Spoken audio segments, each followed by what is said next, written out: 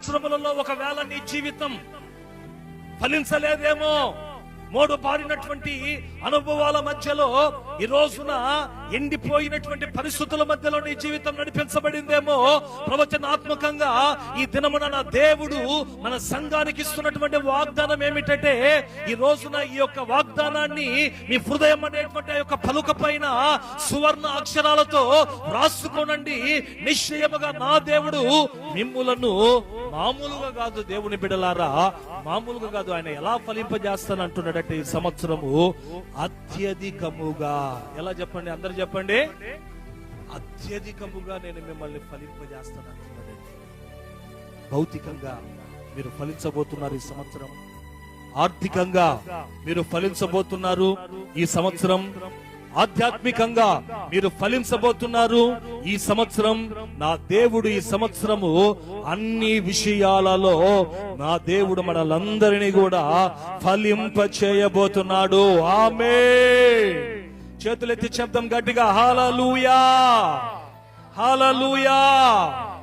చూడండి, బైబిల్లో నుంచి నేను ప్రసంగంలోకి వెళ్ళక మునుపు ఇంట్రడక్షన్ లో కొన్ని ప్రాముఖ్యమైనటువంటి విషయాలు మీతో పంచుకుంటాను, జాగ్రత్తగా ఆలకించండి. చూడండి, దేవుడు మనల్ని ఏర్పరుచుకున్నాడట. చూడండి, ఈ లోకంలో ఎంతమంది లేరండి, ఉన్నారా? కొంతమంది ఏమో విగ్రహారాధనలో ఉండి శాపాన్ని అనుభవిస్తున్నారు కదా, నిజ దేవుణ్ణి గుర్తెరగ. మరి కొంతమంది ఏమో నామకార్థమైన సంఘాలకి వెళ్తూ ఆత్మీయంగా ఎదగకుండా, దేవుని బిడలారా, నామకార్థమైన భక్తి జీవితం చేస్తున్నటువంటి వారు ఉన్నారు. మరి కొంతమంది ఏమో ఇలా చెప్పుకుంటూ వెళ్తే దేవుడే లేడు అసలు అని చెప్పి ఒక నాస్తికతను తీసుకొని వెళ్ళేవారు లేకపోలేరు. వీళ్ళందరి మధ్యలో దేవుడు మనల్ని ఏం చేశాడు, ఏర్పరచుకున్నాడా లేదండి? దేవుడు ఏర్పాటు చేసుకోకపోతే ఈరోజు నువ్వు దేవుని మందిరంలో ఉంటావా? చెప్పండి, ఈరోజు నువ్వు దేవుని మందిరంలో ఉంటావా? ఎక్కడుండేవాడివి? సారైపోతు ఎడా చెప్పు, లేకపోతే ఆదివారం గదిలో సెలవు, సినిమా హాల్లో, లోక సంబంధమైన శుభ్రంగా ఈరోజు ఆదివారం కదా ఇంత తెచ్చుకొని వండుకొని దేక్షాల దగ్గర కూర్చొని తినాలా, ఎంజాయ్ చేయాలి అని ఆ విధమైనటువంటి మార్గంలో వెళ్ళేవాళ్ళం. దేవుడు మనల్ని ఏర్పరచుకున్నాడు కాబట్టే మనం ఎక్కడున్నాము? చెప్పండి, ఎక్కడున్నాము? నేనంటే ఎందుకు ఏర్పరచుకున్నాడండి ఆయన? వాళ్ళందరినీ పక్కన పెట్టాడు. అయితే నిన్ను, నన్ను, మనల్ని ఆయన ఏం చేశాడు? ఏర్పరచుకున్నాడు. చూడండి, ఎందుకు ఏర్పరచుకున్నట్లు ఆయన లోకములో ఉన్నటువంటి మనల్ని, దేవుని బిడ్డలారా, నరికి ఆయన తన మందిరములో నాటాడు.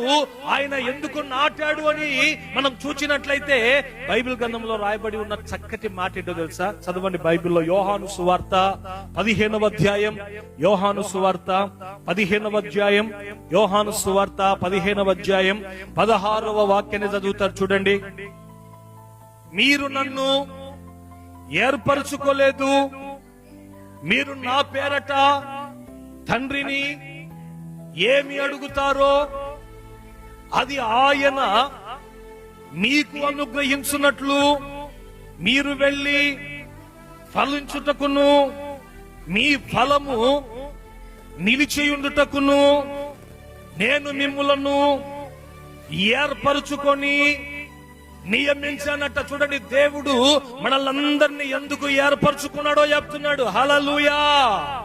చూడండి, ఒకప్పుడు నామకార్థమైనటువంటి సంఘాలో ఉన్నటువంటి మిమ్మల్ని, దేవుని బిడ్డలారా, ఏ మాత్రం వాక్యము లేనటువంటి చోటికి వెళ్ళినటువంటి మిమ్మల్ని ఈ ఉన్నతమైన ఉపదేశము కలిగినటువంటి, జీవము కలిగినటువంటి దేవుని సంఘములో ఆయన నిన్ను నాటి నిన్ను ఏర్పరచుకున్నట్టు గల కారణం ఏంటి? విగ్రహారాధనలో ఉన్నటువంటి నిన్ను ఆయన ఏర్పరచుకొని ఈ రోజున ఆయన మందిరంలో నేను నాటడానికి గల కారణం ఏమిటి అని అంటే, ప్రభు చెప్తున్నటువంటి మాట ఏంటి అని అంటే 15వ అధ్యాయం 16వ వాక్యంలో యోహాను సువార్తలో అంటున్నాడు ఆయన, ఇదిగో మీరు నన్ను ఏర్పరచుకోలేదు. హల్లెలూయా. ప్రభు అంటున్నాడు, మీరు నా పేరట తండ్రిని ఏమి అడుగుదురో అది ఆయన మీకు అనుగ్రహించున్నట్లు అని చెప్తూ ప్రభు చెప్తున్న మాట ఏంటంటే, యేసయ్య అంటున్నాడు, మీరు ఫలించుటకు, కొట్టు గట్టిగా చప్పట్లు, మీరు ఫలించుటకు, మీరు ఫలించుటకు, మీరు ఫలించుటకు, అలాగనే మీ ఫలము నిలిచి ఉండున్నట్లు నేనే మిమ్ములను ఏర్పరచుకున్నాను అంటున్నాడు. అంటే గమనించండి దేవుని బిడ్డలారా, దేవుడు మనల్ని ఎందుకు ఏర్పరచుకున్నాడు అని అంటే, ఆయన ఏర్పాటులో ఉన్నటువంటి నిత్యమైనటువంటి ఉద్దేశం ఏమిటి అనంటే, ఈ వాక్యం ఏమని చెప్తుంది అనంటే, ఆయన ఎందుకు ఏర్పరచుకున్నాడు అని అంటే, మనం ఈ లోకంలో ఎండిపోయిన జీవితం చేయాలని కాదు. ఏ జీవితం చేయాలని కాదు? ఏ జీవితం చేయాలని కాదు? చెప్పండి, నోళ్ళు తెరిచి చెప్పండి. ఏ జీవితం చేయాలని కాదు?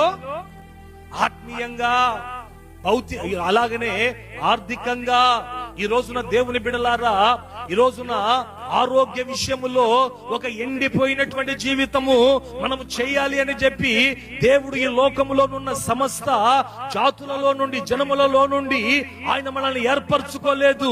ఈ వర్తమానం వింటున్నటువంటి నిన్ను, నన్ను, మనలందరినీ కూడా ఆయన ఎందుకు ఏర్పరచుకున్నాడంటే, యేసయ్య చెప్తున్న మాట ఏమిటంటే, మీరు ఫలించుటకు. ఏం పొందుటకట చెప్పండి? మీరు ఫలించుటకు, అలాగనే మీ ఫలము నిలిచియుటకు ఆయన మిమ్ములను ఏర్పరచుకున్నాడు అంటున్నాడు. ఆమేన్. హల్లెలూయా, హల్లెలూయా. ఈ రోజున దేవుని బిడ్డలారా, దేవుడు మనల్ని ఏర్పరచుకున్న ఉద్దేశం మనం తెలుసుకోవాలా. ఏదో ఆదివారం అయితే ఆ మందిరానికి వెళ్తున్నాను, బాప్తిజం తీసుకున్నప్పటి నుంచి క్రమంగా చిల్లర మార్చి నేను సందా చేస్తున్నానని ఈ రోజున మన బ్రతుకుల్లో దానితో మనం సరిపెట్టుకుంటే సరిపోదు.